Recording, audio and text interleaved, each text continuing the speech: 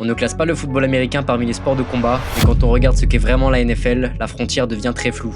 Le football américain, c'est un sport où la collision n'est pas un accident, mais une finalité, des corps lancés à pleine vitesse, des impacts préparés, répétés, analysés. Chaque action est un affrontement physique, où la domination passe par la force, la technique et le mental. Ce qui rapproche la NFL des sports de combat, c'est d'abord la préparation. Des joueurs s'entraînent comme des combattants d'élite, explosivité, puissance maximale, résistance à la douleur, tolérance au choc. Certains dépassent les 120 kg tout en conservant une vitesse et une coordination impressionnantes. Dans un autre contexte, beaucoup auraient eu le profil pour le ring ou la cage. Et sur le terrain, chaque poste est une forme de combat. Par exemple, les linemen se livrent à une lutte permanente, bras contre bras, centre de gravité bas, exactement comme en lutte ou en grappling. Les running backs encaissent, repartent, cassent les plaquages comme un boxeur absorbe les coups avant de contre-attaquer.